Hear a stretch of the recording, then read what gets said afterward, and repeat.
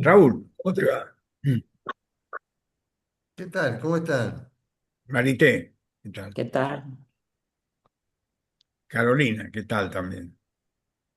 Bueno, empezamos. Bueno, perfecto.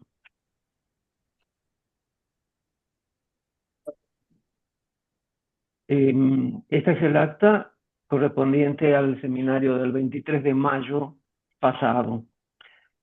Luego de leída el acta del seminario anterior, Juan Genaro dice, Green, en Psicoanálisis y Lenguaje, plantea que en la separación del objeto primario, en ese trabajo de duelo, se produce un desdoblamiento del objeto. Por un lado está el objeto real, del cual el riesgo es quedar aprisionado en un atrapamiento narcisístico, y por otro, el objeto interno. Si quitamos el objeto primario, ¿queda un agujero? Yo creo que no. Si la separación se ha producido correctamente, se instala un objeto interno que reemplaza al objeto real, si bien no totalmente. Es lo que Freud plantea al hablar del juego del carretel. Norberto. El punto que señala Juan es muy importante porque es ahí donde yo veo que se dividen aguas. Tomemos lo mencionado por Marisú en el seminario anterior. ¿Podemos avanzar más allá de ese soporte fusional? La primera respuesta que suele ocurrirnos es no, porque detrás de eso está la psicosis. Me parece que nos asustaron durante muchos años con la idea de no avanzar más. Ahí aparece Lacan poniendo un límite del análisis en el goce. El goce es el triunfo de la no representación, es el triunfo del no objeto interno, del no mundo objetal, es el triunfo de lo real. Pero en todo caso, lo que está haciendo es poner un límite a las posibilidades de representación. En cambio, lo que decimos nosotros es que todo analista tiene la posibilidad de trabajar con aquel paciente que pide ayuda para lograr defusionarse y desarrollar representaciones. Nosotros, con Green, para quien hay una teoría de la representación generalizada que puede coincidir con la teoría de los objetos internos de Melanie Klein, vamos a tratar de entender vía contratransferencia eso que quedó como irrepresentable. O sea, si hubo una madre muerta, diría Green, provocó algo no representable, sobre lo que se trabajará en la experiencia analítica, donde el analista no está muerto. Raúl. Una frase un poco enigmática que es de Botella dice, únicamente dentro y también afuera. Seguramente como para acentuar el valor que tiene esa pulsión que busca encontrar el objeto adecuado. Pero por otro lado, Marisú planteó el punto de vista del autor japonés Takeo Doi, que dice algo así como que si en el terreno social la pulsión de seguridad se ve por todos lados, no hay salvación en el individualismo. Yo creo que la cuestión está en cómo representan los sujetos ese objeto materno que les permite desarrollar autonomía y al mismo tiempo reconocer al otro, que es lo que decía Juan. Tengo que tener representada a mi madre y reconocerla también como objeto exterior. En esa dinámica está la comunicación a la que yo me refería en el seminario anterior. El bebé llama a la madre para que lo cambie y ésta le atribuye al bebé la capacidad de emitir un mensaje, de comunicarse. Es ahí donde aparece la posibilidad de la representación y de la autonomía, basada, por lo tanto, en una comunicación que nace en la experiencia de satisfacción. Norberto, este tema nos lleva a un terreno importante que ya lo incluye a Fred Bush y a muchos otros analistas, que es el concepto de regresión. ¿Cómo aparece en el análisis la simbiosis materna? Aparece en la medida en que haya setting analítico. El encuadre, el setting, lo material del encuadre, es para dar una especie de continente para que se produzca ese fenómeno regresivo. ¿En qué sentido? Para que ilumine lo preedípico.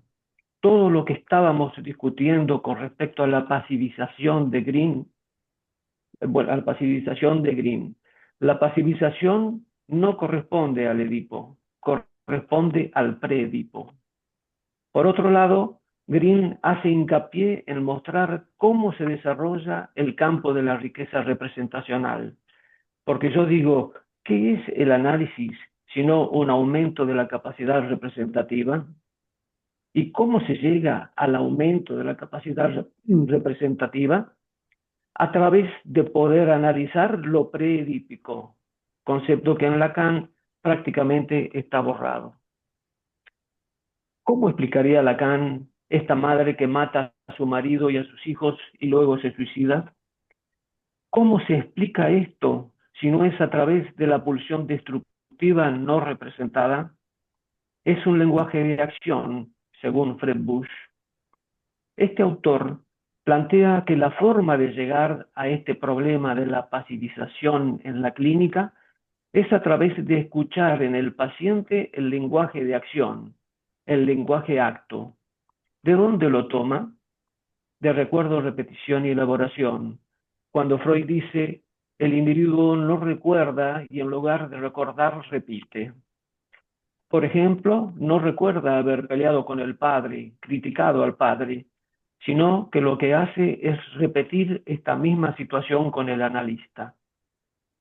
Bush y otros autores plantean que el análisis se da entre dos y que lo que el paciente dice hace efecto en el analista y viceversa. Hace efecto por la representación y por el lenguaje de acción. Para Lacan, uno cae en el lenguaje lo atraviesa. Para Bush y para Green, no es la pulsión ni el otro lo que me determina, sino la mezcla de los dos, el otro y la pulsión. Entonces, el final de análisis no es el goce.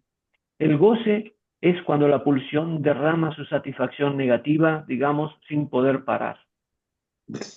Green plantea que el significante es interesante y la sincronía es interesante, pero que no hay que olvidarse de la historia, la diacronía. La temporalidad es lo que pasó ahora y lo que pasó entonces. Lo que pasó entonces es una conjetura que se representa en la actuación, en la repetición. Cuando Freud descubre en el 14 la repetición, se olvida del significante. Ya no implica un significante para otro significante para encontrar el sujeto del inconsciente. Por el contrario, se trata de encontrar el trauma, que puede ser sexual y no sexual. Por ejemplo, el trauma de la madre muerta no es sexual, es tanático. ¿Cómo se opera esto en el análisis clínico?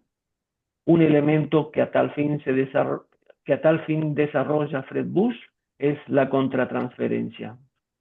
Raúl, en algún momento Lacan menciona que había una palabra viva que era la palabra que le interesaba a él, una palabra investida por el afecto, pero menciona también la escansión con la emergencia de una palabra muerta.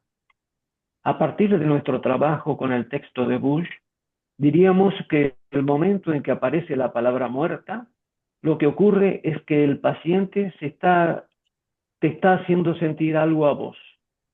Por ese motivo, no sería conveniente cortar la sesión, sino trabajar con esa contratransferencia. Norberto, para Lacan hay una palabra viva y una palabra muerta. Cuando aparece la palabra muerta, hay una escansión que es para que el paciente no se quede con esa palabra muerta que perfectamente podría ser el lenguaje de acción. En recuerdo, repetición y elaboración, Freud dice que trabaja con la compulsión a repetir para poder acceder a la historia y a la prehistoria que no tiene historia. Viene a ser la manera de construir una historia ahí donde no la hubo consciente ni material. Tanto Fred Bush como Green están muy conectados con el último Freud de construcciones en psicoanálisis. Podríamos decir que donde corta Lacan, empiezan Green y Bush. Estamos en un plano con estos autores donde está claro que hay una lógica del deseo y una lógica de la muerte. Podríamos decir que el análisis tiene que emprender su camino buscando el deseo, pero también hay que conjurar de algún modo la pulsión de muerte, la pasivización que tiende a seguir acomodándose para no cambiar. Fred Bush señala que en algún momento del análisis el lenguaje del paciente hace sentir cosas al analista. Por ejemplo, cuando está analizando y de pronto se distrae pensando en otra cosa. En ese caso, en vez de reaccionar con una sanción superyoica y decir, qué mal que estuve, fallé, él trata de entender por qué uno se distrajo. Trata de entender qué relación tiene esa distracción con uno y qué relación tiene con lo que las palabras del paciente hacen. Una de las cosas que yo le critico a Freud es lo que plantea sobre el amor de transferencia. Él dice que cuando aparece la contratransferencia erótica, el analista tiene que sofrenarla, como a los caballos, tirar para que no aparezca. No señala que ese sea el momento oportuno para que el analista se analice. No debería sofrenarla, sino analizarla para que esa pulsión erótica tenga un camino sublimatorio como pulsión epistemofílica que le permita investigar y conocer, por ejemplo, cómo fue el Edipo de la paciente. De ahí Lacan toma el concepto de contratransferencia como resistencia del analista. Para finalizar, todo esto que estamos trabajando tiene que ver con lo más profundo del Edipo y con lo más profundo del pre-Edipo, esos lazos con la madre y el padre de los primeros momentos. Excelente, Ernesto. Excelente. Muy Muy bien. bien, acta, ¿eh? Roberto, digo, Bueno, perdón. bueno, Excelente, muy buen acta. muy bueno. Gracias, muchas gracias. Bueno, ¿qué les parece?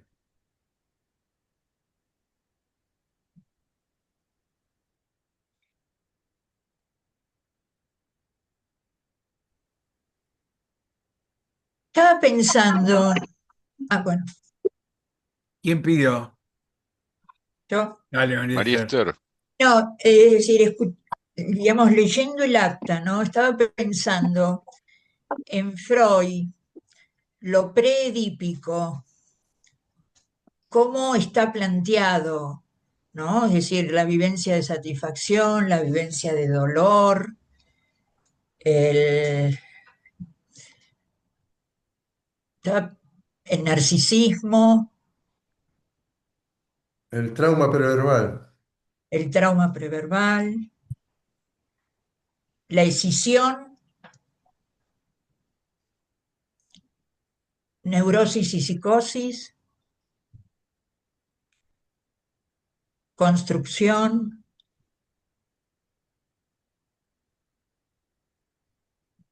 No, se me ocurrió, digamos, rastrear es decir, los conceptos para trabajar lo preedípico desde Freud, ¿no?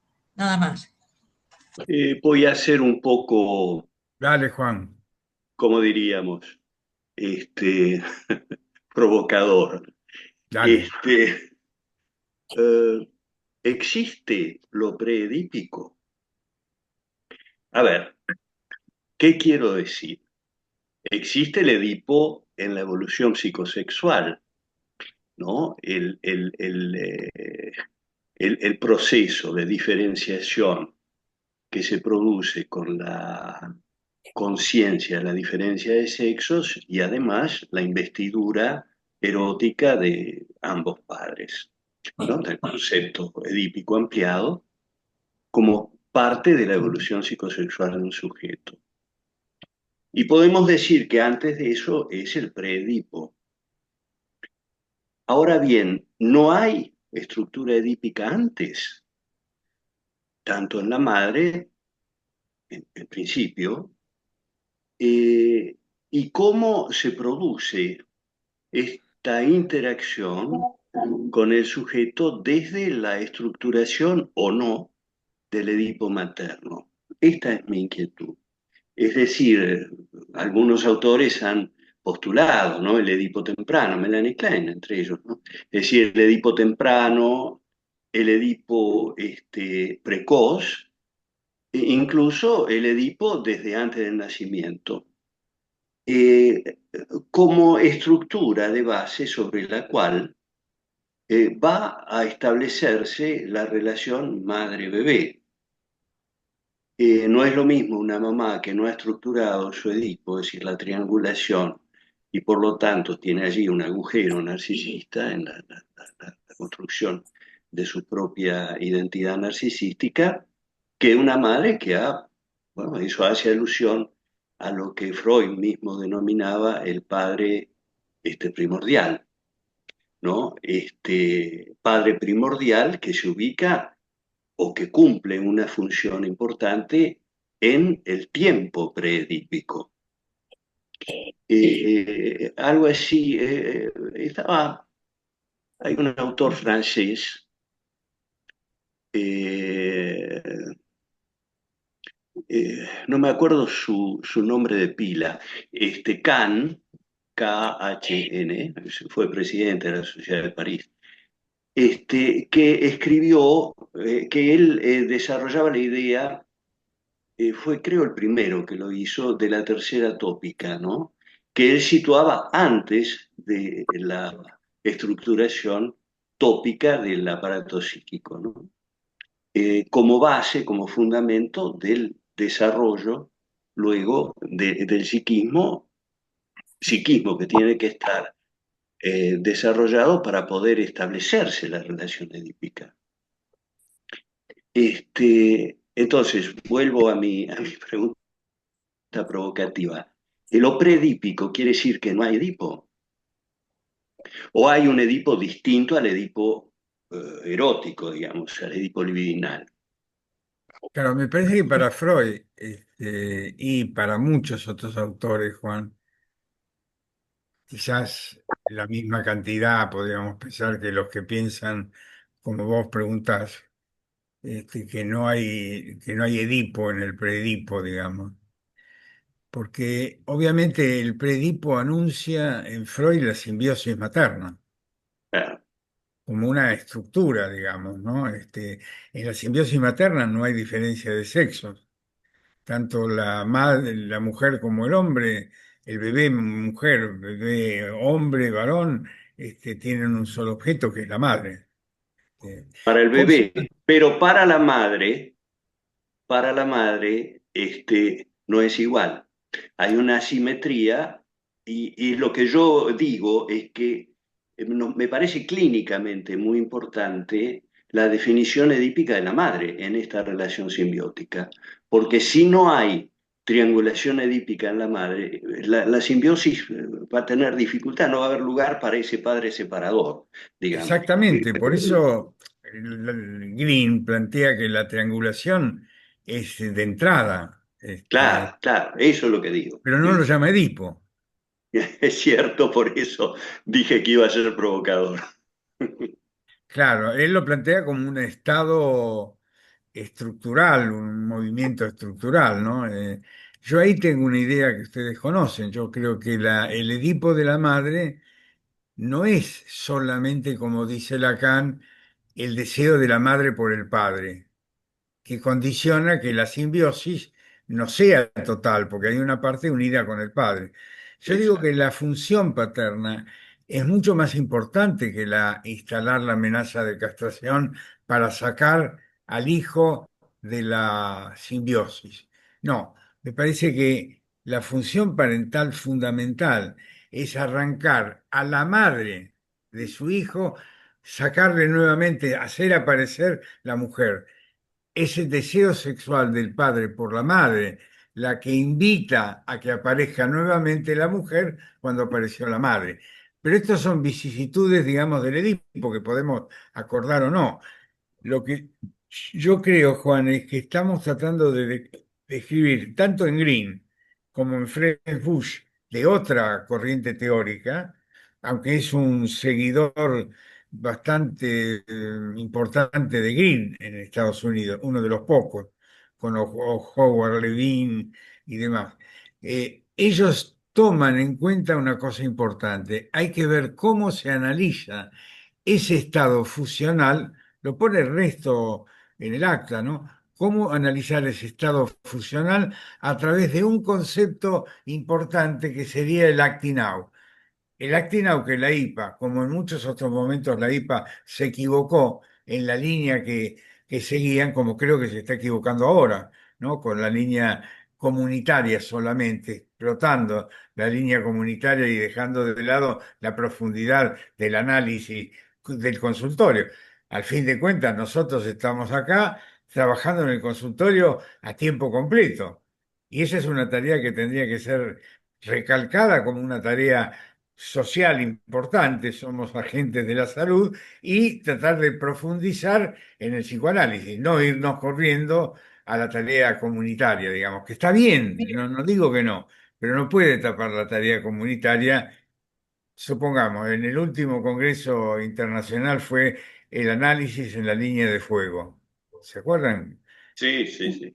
Bueno, el análisis en la línea de fuego, yo pensé de entrada que era el análisis metido en las llamas de la transferencia contra transferencia. No, la línea de fuego era la guerra.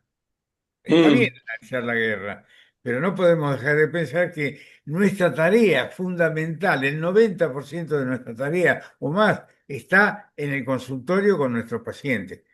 Esto es lo que digo que estos autores de alguna manera resaltan, ¿no? Lo que yo quería decir con respecto a lo que trajo tan interesante Juan, es que justamente ese es un tema a investigar. O sea, ¿es solo en la psicosis que hay fusión? ¿O es, como dice Bush, en todos los pacientes, en la neurosis también hay un estado fusional, del cual se sale mejor que en la psicosis, pero está. Mm. O sea, ¿cómo entendemos nosotros el fanatismo? Muchas maneras de entenderlo, pero es la simbiosis llevada al exterior, encontrando un objeto único e imprescindible para poder vivir. Las toxicomanías este, que decía vos recién, las toxicomanías tienen que ver con la emergencia en alguna forma de ese objeto único e imprescindible. Mm. Juanjo, ¿vos te referís a Raymond Kahn? Sí, exacto. Porque nosotros hemos leído un trabajo, Norberto, en el grupo de los límites de Raymond Kahn hace mucho. Me parece vinculado al trauma y los estados límites. Exactamente, sí, sí. Él escribió un libro que se llama El fin del diván, La fin du divan, donde expone toda su teoría sobre la tercera tópica. Sí, él trabaja en esa línea, ¿no? Mm, mm. Perdón, creo que Adrián había puesto la mano. Querías. Sí, sí, gracias. No, respecto al seminario anterior, eh, había algunas dudas que me habían quedado acerca de la incorporación del objeto primario, porque había como un concepto que creo que se había volcado como que podría no establecerse un objeto primario. ¿Puedes hablar un poquito más fuerte que no te escucho bien? Sí, respecto al objeto primario en el seminario Sí. anterior, se había mencionado que había como una dificultad en el establecimiento del objeto interno y que a la vez podía haber estados donde no había una simbiosis. Y mi concepto era que el objeto primario, perdón, está siempre. Justamente la escena primaria se configura con uno, con dos o con tres objetos según el tipo de patología que emerja en la adultez o en la adolescencia. Y ahí vamos a poder diagnosticar si había tres objetos en la escena primaria, dos o uno, como es en la psicosis, donde a partir de la ruptura de una simbiosis, que puede ser patológica o asintomática, ahí habría un desencadenamiento, un primer episodio, un brote psicótico, ¿no? Ante la ruptura de una simbiosis y después, en el devenir del sujeto, ante pérdidas de objeto. Entonces, un poco mi pregunta era esa, si puede ser que en la psicosis no haya el establecimiento de un objeto primario y si puede ser que no haya simbiosis. Y por otro lado, a lo que decía Juan, y yo Vos diría, planteás una idea de una simbiosis fundante. claro, exacto. Y por otro lado, todo lo que vemos justamente en borderline, en psicosis, es patología predípica y sería la dificultad para llegar al Edipo con las suficientes cargas, con las suficientes representaciones como para poder ingresar en el Edipo. Es decir, como que el Edipo es resignificado fallidamente en este tipo de patologías donde algunos proponen que hay conflictos predípicos, como el fenómeno esquizoide de Ferbein, que después pasó autores contemporáneos como nuestro medio Basili, esto fue aceptado en el medio anglosajón, un conflicto esquizoide, que es predípico, que se resignificaría en el Edipo y a la vez el Edipo se resignificaría en el conflicto esquizoide, que sería un conflicto de acercamiento-alejamiento, que también sería universal. Esto como un aporte de lo que vinimos estudiando en algún tiempo, cuando el espacio Con fue... Basili. Esto nada Sí, es más. interesante para pensarlo, ¿no? Porque esto es lo que yo digo que IPA no toma en cuenta, ¿no? Poder investigar el más allá de la castración, ¿no? O sea, esta idea de que hay una, una simbiosis fundante, está tomada por varios autores. Con Basili y Adrián trabajaron mucho ese punto en muchos trabajos que presentaron. Pero lo que yo quiero decir en relación a esto que estamos viendo en Green y en Bush, es que hay en todo el mundo, en Estados Unidos, en Francia, en estos dos casos, gente que se ocupa de ese más allá de las palabras, es ese más allá del Edipo de una manera o de otra, pero hay un más allá del Edipo. Ahora, ¿qué es lo que nos plantea Bush?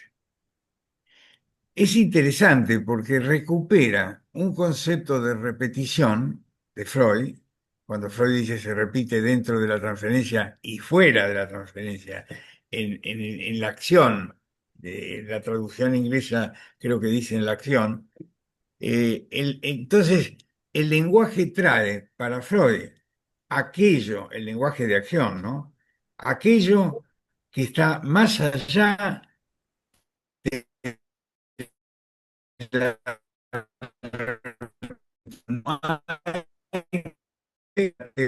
Bueno, finaliza cuando Freud reconoce que no se puede recordar. Ahora, que no se pueda recordar no implica que no existió, como fantasía o como realidad, pero algo existió que no se puede recordar. La cura está incompleta. Bueno, uno puede decir, como puede contarle Raúl, hay gente en Colombia, una sociedad que analiza al Freud hasta el no analizar más.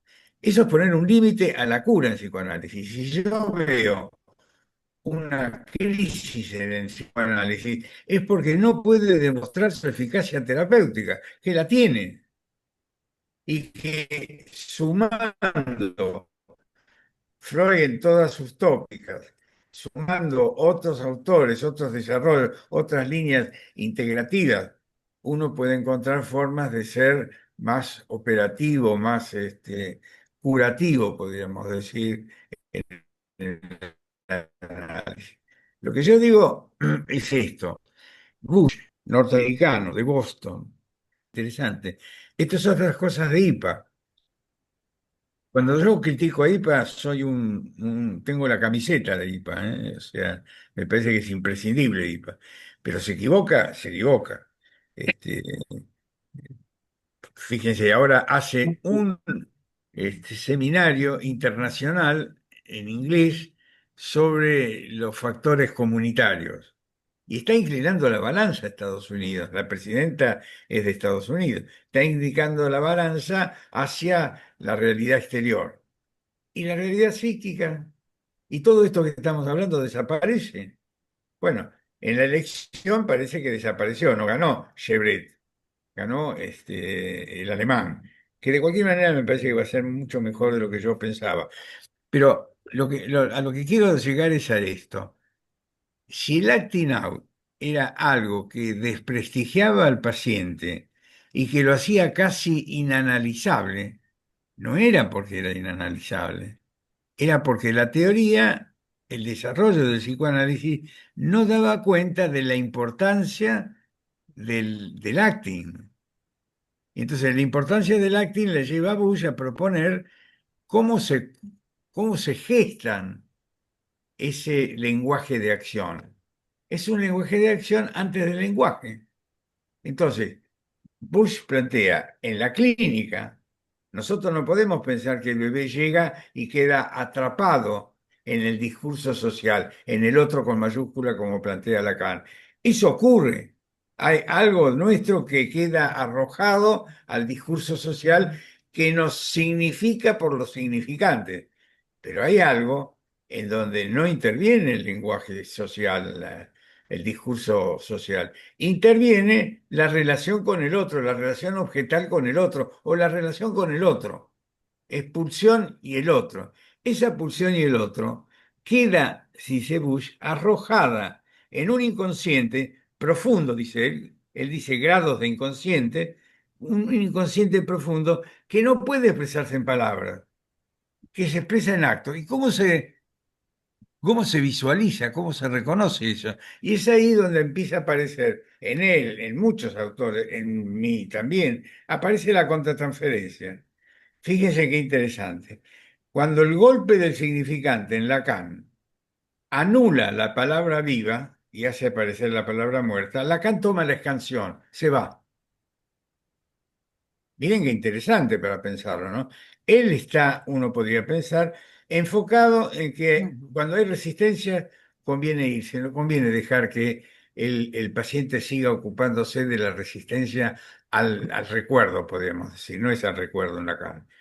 Pero lo que nosotros pensamos, digo nosotros porque yo me incluyo en esa lista de autores que les decía, lo que pensamos es que ahí empieza a intervenir la intersubjetividad en la transferencia. Así como hubo intersubjetividad en los amaneceres del psiquismo entre la madre y el bebé, de los dos lados, del bebé hacia la madre y de la madre hacia el bebé, y crean esa estructura fusional, del mismo modo eso se repite en la transferencia. Entonces el problema es cómo doy cuenta del acting. ¿Estudiando las palabras? No. Ahí es donde Bush hace un agregado importante que dice, es lo que las cosas hacen a la palabra. Toma la línea que kleiniana, en cierto modo. Pero digo, es interesante para pensar que en los puntos en que el análisis encuentra obstáculos, no es para retirarse. Por eso que eh, este autor tiene el significado importante de sentir que de cualquier manera la contratransferencia es el equivalente a las construcciones de Freud. Es un trabajo de la mente del analista que tiene que ver, a su vez, con las características del proceso analítico. El proceso analítico me da guías para que a mí se me ocurran determinadas cosas ante la presión de las palabras dichas como cosas.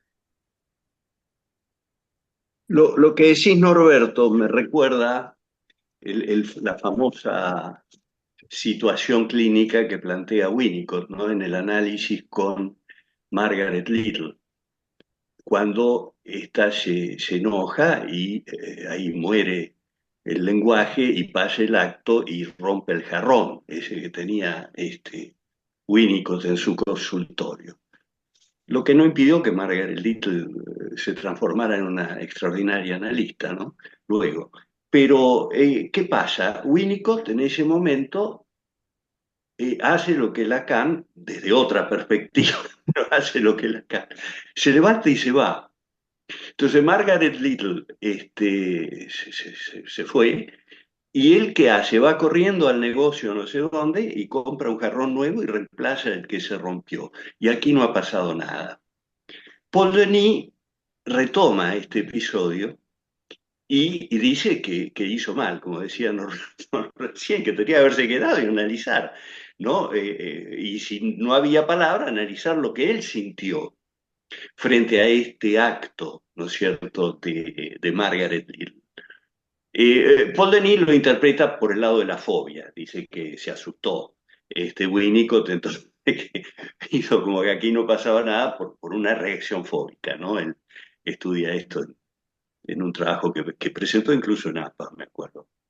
Este, y es cierto lo que dice Norberto, sea desde el punto de vista de la teoría de la palabra muerta o de nuestros propios puntos ciegos, muchas veces escapamos en lugar de enfrentar un poco lo que decía Freud, ¿no? Si convocamos a los fantasmas hay que tenerlos en cuenta y enfrentarlos.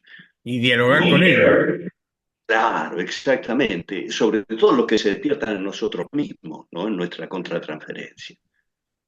Ahora, discúlpenme, Dale. no puedo, no, no, me interesó lo que decía Juan de la anécdota esta tan impresionante, ¿no? De Winnicott. Pero hoy me parece que nosotros tenemos una nueva postura que tiene que ver con la tolerancia al enactment, Claro.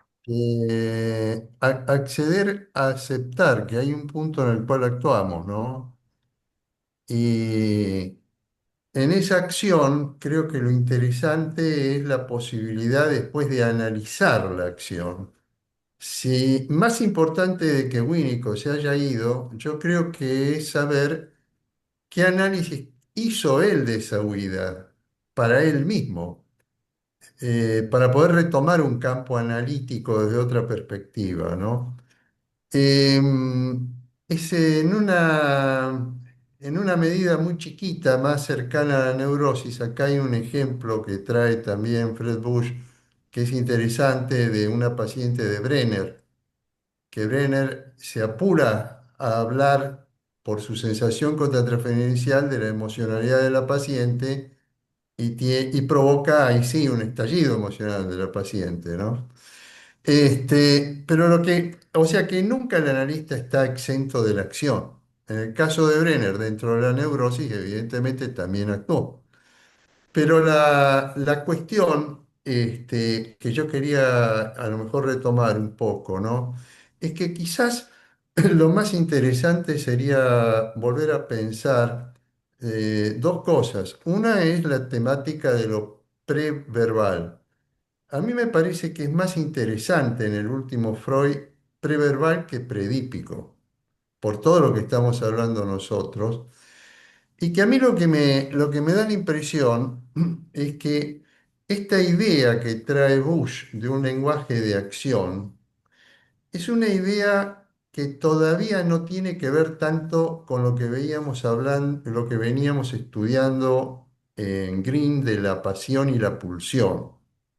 A mí me parece que Bush todavía está trabajando con la infiltración de lo periverbal en lo verbal. Es decir, algo así como que él imagina un lenguaje, y bueno, se constata esto, no es que lo imagina, no digo teóricamente lo imagina, como un lenguaje que está impregnado de la emocionalidad que acerca a la acción. Y yo la diferencia que tengo ahí con Bush es una diferencia de fundamento. Él, por ejemplo, se basa en una idea que también es constatable, pero que me parece que puede confundirnos un poco como analistas, que tiene que ver con el pensamiento preoperatorio y empieza a tomar elementos de Piaget. Si uno lo mira con cuidado, no habla de pulsión. Ahora, ¿por qué nos interesa a nosotros más hablar de pulsión que hablar de un pensamiento que se organiza en la acción fisiológicamente? Que es una realidad, la palabra se organiza en la acción fisiológicamente. Es indiscutible lo que él plantea. Pero nosotros como analistas, ¿por qué nos interesaría más la pulsión y la pasión que este esquema sobre el que funda la acción Bush, ¿no? Y a mí me parece que la problemática ahí es que la pulsión tiene una referencia a un punto que podemos llamar trauma, pero que es de fracaso del objeto que deja una marca muy poderosa. La pulsión tiene además como un sentido que tiene que ver con repetir y encontrar el cambio. Y que es el territorio, yo creo, el muy delicado territorio donde Grimm desarrolla la cuestión pulsión-objeto. Bueno, era este el comentario que quería hacer, ¿no? La diferencia de fundamento, que a lo mejor es una sutileza, discúlpenme, ¿no? Pero la diferencia No, de está bueno. un autor y otro, ¿no? Excelente, ¿no? Que pensaba qué aportes que estamos teniendo para pensar, por ejemplo, ahora aparece una idea, ¿sería mejor usar predípico o preverbal? Obviamente Freud deja la idea de predipo sin demasiados desarrollos. Sí va un concepto que tiene que ver con la historia. Todo el último Freud se ocupa de la historia, digamos, ¿no? Moisés y el monoteísmo, construcciones, pero no una historia material, una verdad histórica. Algo tiene que haber ocurrido de alguna manera para que pase lo que está pasando. Este es otro Freud, otro concepto de transferencia y otro concepto de un inconsciente que no se traduce en las palabras. Esto es lo que aporta Bush, que me parece interesante. Las palabras vienen del preconsciente. Ya se produjo todo un pasaje. Lo que analizamos con las palabras es el preconsciente. Ahí está el deseo. Si bajamos, hi- Ay, ya hipotéticamente, estamos. bajamos un piso, nos encontramos con un inconsciente que es el ello. El inconsciente de la primera tópica de Freud está poblado de representaciones, de ahí la asociación libre. Pero la asociación libre trae preconsciente, no trae. El inconsciente es lo que el analista pone con la interpretación. Ahora, cuando damos un paso, el inconsciente se transformó en ello, más profundo, un metro, un piso más abajo. Ahí está la furia de las pulsiones. Esto es lo que Freud dice, ahí está la pasión. No nos olvidemos de la pasión hablando de las diferentes movimientos de la pulsión, de la representación. No, ahí está la pasión pura. Esa pasión pura es la que está en el análisis, actuando en los pacientes adictos, me parece, Adrián. O sea, me parece que en los pacientes adictos la pasión, esa fusión con la madre, llamémoslo así, pero para ponerlo en Freud, salgamos del inconsciente reprimido y vayamos a este otro ello pulsional. Ahí las pulsiones de vida y muerte pululan. Es ahí donde me parece que el analista puede decir, paro acá. Yo fui criado psicoanalíticamente con el miedo a la psicosis. No, no, no interpretes esto porque puede venir la psicosis. No le des más sesiones porque por la regresión puede venir la psicosis. Lo que dice Bush es que vayamos a buscar la psicosis, no nos escondamos frente a la emergencia de una situación psicótica que no hace que un paciente sea psicótico. Un paciente que en la sesión tiene una fugaz alucinación no es un psicótico, es un mecanismo primario de ese ello que describía Freud, donde emerge algo que uno tiene que poder transformar luego en representación. O sea, Norberto, ¿qué es sí. el análisis si no es un aumento, como decía el otro día, un aumento de la capacidad de representación? El martes hubo una reunión en APA, la reunión científica, en donde Juan, en el chat, planteó una cosa muy interesante, pero lo que uno escuchaba ahí era, ¿cómo podría decirle? Era vaivenes más superficiales sobre la situación de qué es el análisis. Pero todavía no aparece en las ideas de análisis la emergencia del ello, la emergencia de lo pulsional, de la pasión.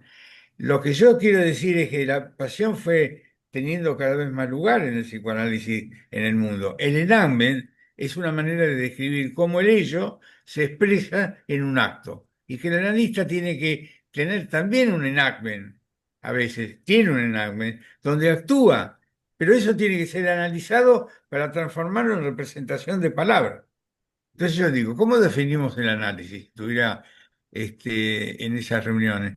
Bueno, una manera de definir el análisis es aquello que provoca representaciones preconscientes en un inconsciente pulsional. Sí, yo quería decir, si Sí, nosotros... me había pedido la palabra María Cristina. Ah, Sí, gracias, Norberto. Vuelvo un poquito para atrás para el lenguaje de acción, ¿no? Para comentarles una paciente que siempre hizo diván y un día me dice, necesito sentarme frente a vos porque estoy muy ansiosa y necesito organizar mi cabeza, y te tocaba así como la cabeza, llevaba las manos a la cabeza y sin que yo le dijera sí o no, tomó la silla, se sienta frente a mí. Y entonces me empieza a hablar de las cosas que la tienen ansiosa.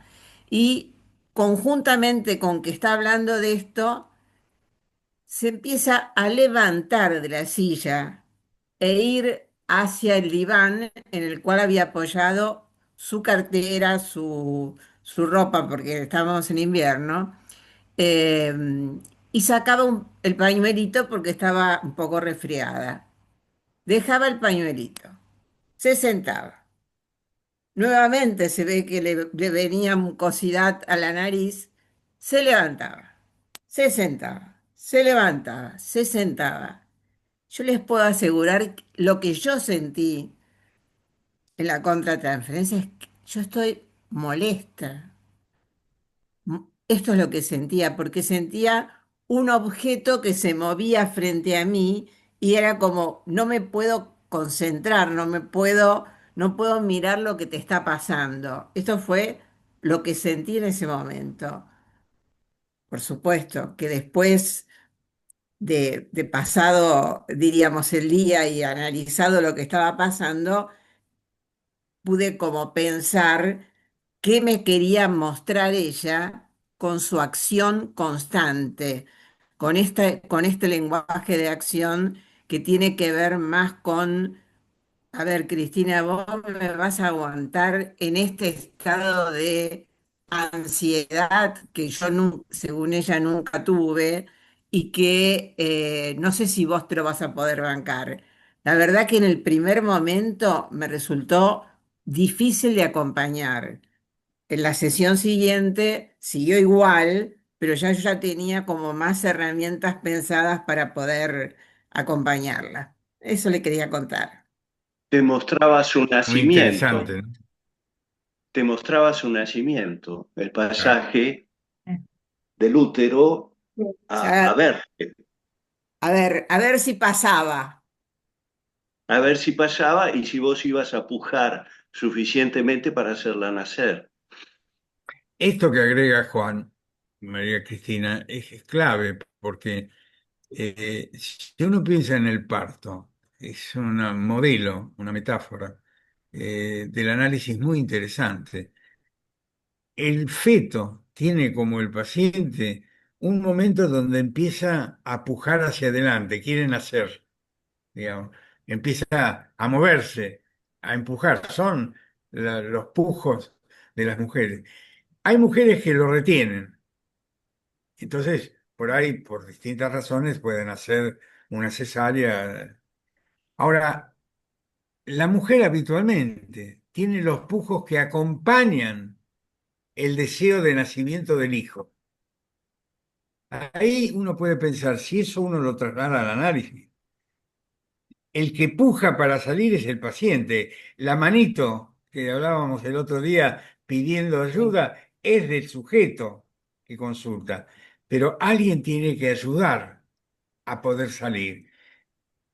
Me parece que muchos autores, Lacan entre ellos, paran en un momento en que piensan no puede hacerse nada, no ven la mano patética como describe Ah, Rusillón, que pide ayuda, ven toda la escultura enterrada. Pero yo digo, es ahí donde se juega el punto decisivo para mí del análisis hoy en día, que es la expansión o la contratransferencia. Esa es mi opinión. Punto decisivo es, el análisis termina en la expansión, donde no hay nada, donde todo se termina en el goce mortífero que lo acompaña a uno toda la vida, o utilizar la contratransferencia para llegar a la historia del goce. No sé si me entienden en esto que estoy diciendo, pero me parece que es clara la problemática. Ahora, esto de la historia del goce es algo que necesita que nosotros aproximemos una mente que trabaja, pero no en ser traductora, en vivir experiencias. Mm. Mire, le voy a contar una experiencia horrible que yo tuve hace unos cuantos años. Me consultó una persona, una entrevista, y vino sin conocerme, ¿no? Y me descargó una violencia hacia mí notable. Me acuerdo que me dijo, usted vive en un barrio de mierda, cara a cara, ¿no? Es espantoso venir acá. Bueno, yo me acuerdo que lo escuché. No entendía bien por qué venía todo eso, pero no se entrevista y se fue.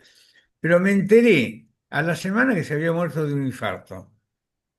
Ah, Ahora, yo me quedé pensando, porque sentí, puta, ¿qué no habré hecho yo para ayudarlo a que no tenga el infarto, ¿no?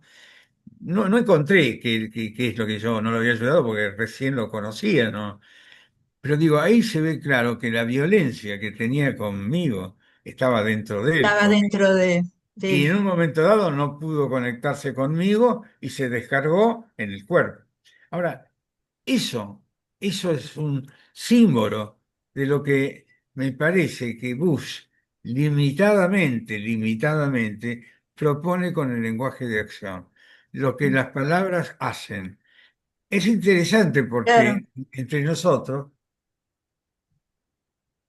yo se los decía el otro día, no le dije la autora, Álvarez de Toledo, planteó eso en el año 50. Uno de los pocos textos argentinos como Blecher, como Pillón, entraron en el mundo internacional. Ella planteaba lo que las palabras hacían.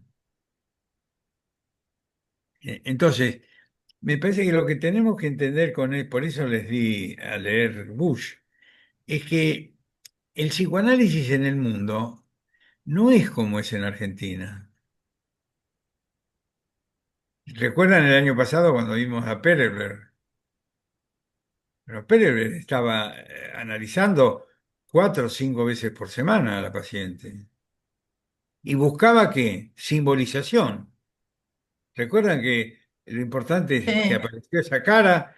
Cuando apareció esa cara tallada por la paciente, la primer cara, la paciente dice, es la cara de mi madre, y a ella se le escapa, es la tuya.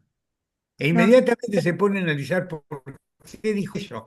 Es el lenguaje acto, es el lenguaje acción de ella, el enagmen de ella, podría decir Raúl con razón.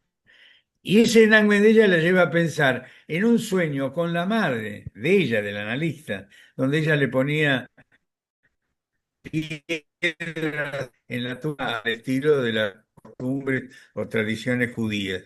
Y entonces pensó que ella no tenía elaborado el duelo y que estaba interpretando su propio duelo con la madre a la paciente, queriendo con la paciente que advenga ella, como analista, advenga también como persona. Digo, ese tipo de análisis es totalmente diferente en particular al análisis lacaniano. Yo creo que el análisis lacaniano tiene muchos aportes importantes, pero tiene límites también muy Norberto, importantes.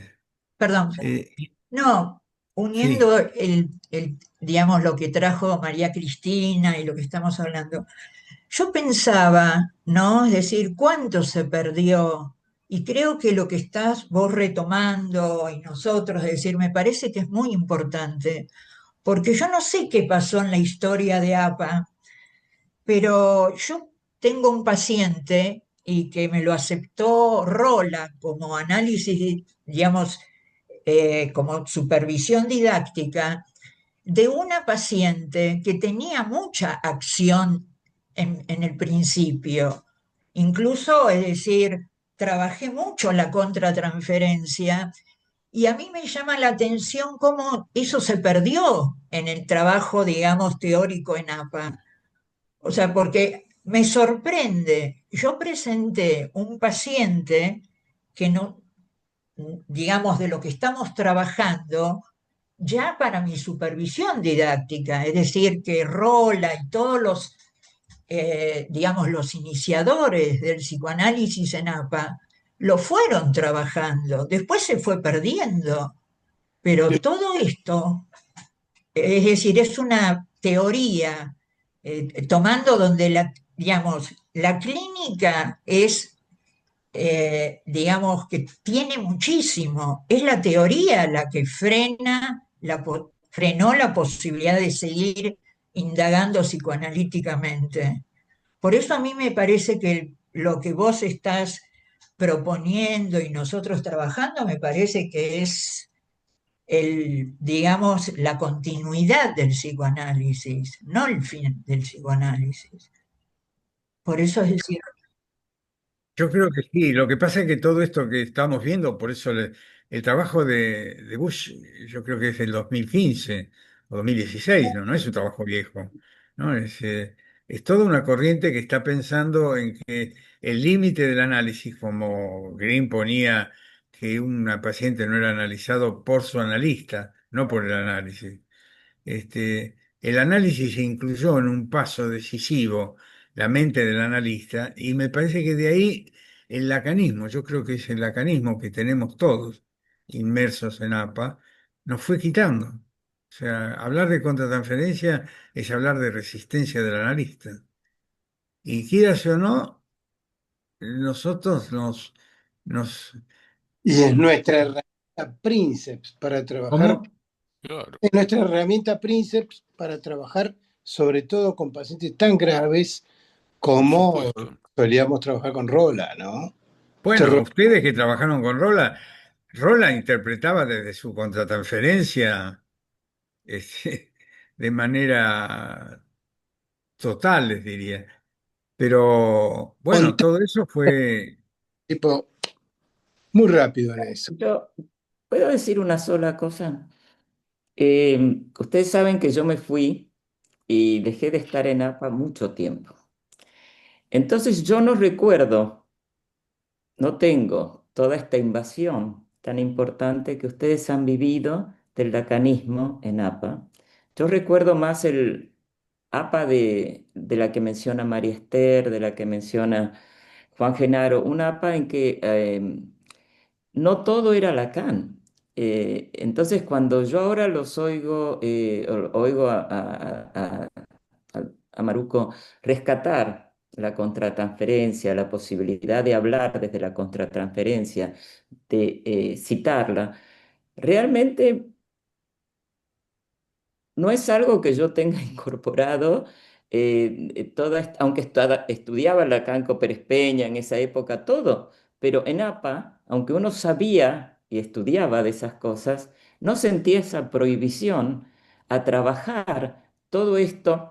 Digamos que esto es mucho más elaborado. Yo en esa época hacía seminarios con Norberto sobre Green y también yo también supervisé con Rola mucho tiempo. Algunas veces me siento como extraña, como en cuando ustedes me relatan esta institución, como una institución que yo no conozco.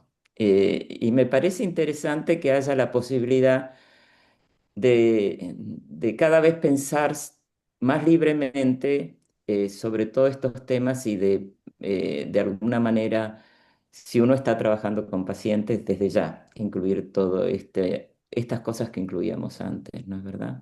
Con total serenidad, sin ninguna situación de que uno esté como infringiendo una ley o infringiendo una prohibición. Así que era lo único que quería decir. muy gracias, interesante, gracias. Marité, porque yo creo que es así. Que si alguien estuvo, supongamos, hasta el 2000 y vuelve en el 2025, no entiende qué pasó, o sea, porque antes no era así. Pero hay una corriente que ha penetrado en nosotros, ¿no? Yo no digo que los lacanianos hayan dicho esto, digo que la teoría de Lacan tiene algo de subyugante, por lo cual se la entronizó como poderosa en APA. Y la mayoría de APA no es lacaniana. Sin embargo, hay una especie de aceptación de ciertos límites que puso Lacan, que a mí me parece que le hacen mucho daño al psicoanálisis. Por ejemplo, en todos estos autores que vamos viendo, aun cuando aceptan la importancia del complejo de castración, de la castración, todos hablan de un más allá de la castración. Eh, Lacan, salvo el último Lacan, que no es el más leído por los lacanianos, el ultimísimo Lacan, como lo llama Miller, salvo ese Lacan, que sí se ocupa de más allá de la castración, y bueno, ese ultísimo Lacan, los lacanianos ortodoxos piensan que era el Lacan loco, ¿no? Pero digo, nosotros tenemos una serie de reglas que se nos han impuesto. Por ejemplo, el encuadre desapareció. Ahora es la palabra dispositivo, y esa palabra dispositivo viene obviamente de Lacan. ¿Por qué desapareció el encuadre cuando este autor o otros autores lo citan a Blecher con respecto al encuadre? Dividen el setting del proceso, como decía Blecher. Bueno, esas son pérdidas que tenemos que ver, porque el encuadre, supongamos, me estoy extendiendo, ¿no? Pero para que vean cosas que se han perdido. La idea de encuadre tiene dos partes: el setting, que es la materialidad del encuadre, y el proceso, que es donde se va desarrollando el análisis. Bueno, la palabra proceso fue cuestionada por la idea de sincronía, de aquí a ahora, digamos, ¿no? Y la idea de la materialidad del encuadre desaparece. Uno puede analizar en la calle. Tenemos extremos de un lado y del otro. Meltzer, para que el setting sea constante, usaba el mismo traje toda la semana. Ustedes lo saben esa anécdota. Eh, Este, eh, Había le que sacar habían, todos los cuadros del consultorio y hizo demás. sacar todos los cuadros del Y se consultorio. maquillaba si se había lastimado. Sí, sí, pero por eso entienden ustedes cómo se tomaban las cosas, con qué fanatismo. Bueno, de ahí desaparece el encuadre. No, no hay más encuadre, no hay más un setting, no hay más diván prácticamente, donde se reproduce una situación para que emerja como acto, no como palabra, no como asociación libre, que emerja ese ello pulsional que es incontrolable. Fíjense que Freud tiene ese límite. Cuando escribe Análisis terminable e interminable, dice, hay tres puntos que yo no puedo resolver y que se lo dejo a los analistas posteriores. Uno es dominar la pulsión, el otro es las alteraciones del yo, y el tercero es la pulsión de muerte. Bueno, ante eso el yo desapareció. Fíjese que el reconocimiento de una idea muy clara de Lacan, de que el yo no es autónomo, que el yo no es el lugar del discernimiento, sino es el lugar del otro, eso hizo desaparecer el yo. Véanlo a este hombre que estamos viendo y van a ver cómo él recurre al yo para poder instalar de nuevo el campo analítico, cuando el campo analítico desaparece. Entonces, lo que yo digo es que si tenemos una idea pluralista, integradora, podemos decir, de fulano tomamos esto, el lenguaje de acción existe y el análisis se va enriqueciendo, el análisis personal de uno, ¿no? Norberto, el trabajo que estamos leyendo es una traducción del trabajo que está en el Journal del año 2009 y en la revista está publicado con los trabajos aceptados del Congreso de Chicago, que fue en el 2009. Es, Prepublicado. sí, pero la revista es interesante porque tiene artículos muy buenos, toda la revista, que es el psicoanálisis de Estados Unidos, precisamente. Muy buenos artículos tiene. Bueno, esto quería comentar.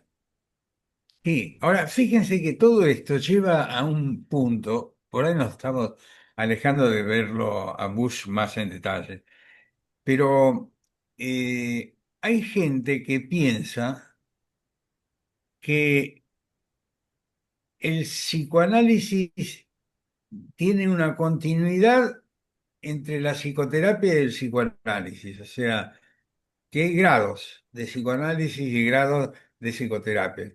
A mí me parece que ese es un pensamiento que tiene bastante fuerza, pero que tiene un error, porque si yo llego del psicoanálisis en un continuum a la psicoterapia, cuando llego a la psicoterapia no me es fácil volver al psicoanálisis. ¿Se entiende lo que yo quiero decir? Eh, yo estuve en una comisión, que siempre me olvido, el coordinador, que era es un tipo muy conocido, un francés, sobre la práctica en general de los analistas. Un porcentaje muy alto hace psicoterapia, dicho así, hace psicoterapia. Y otro, Bokanovsky, ¿quién? Bokanovsky, Thierry No, Bokanovsky. no, no, Volkanovski no. Es un tipo muy conocido, pero bueno, yo ya me voy a acordar. Y que hacían psicoanálisis, oro puro, digamos. Había un 20, 25, 30%. Esa es una realidad de hace 15 años, más o menos. Ahora, el problema de eso es que si nosotros no definimos el punto donde el psicoanálisis deja de ser psicoanálisis, uno puede naturalmente, por los aspectos psicoterapéuticos que tiene un análisis, terminar haciendo psicoterapia y no pensando en profundizar el análisis, haciendo más efectiva la psicoterapia. Este es un problema, porque todas las psicoterapias tienden a desconocer el ello. Pueden ser muy efectivas en algún punto, no lo niego, ¿no? Pero tienden a desconocer el ello. Tienden a desconocer parte de la idea del super yo. Desconocen por entero la idea de la simbiosis. Entonces nosotros estamos tentados por el cobre de la sugestión y por la idealización del oro puro del psicoanálisis. Pero tenemos que encontrar algo que nos permita decir, como pienso yo, hay momentos de una sesión que son psicoterapéuticos y momentos de una sesión que son analíticos. Si no hay momentos analíticos, no hay análisis.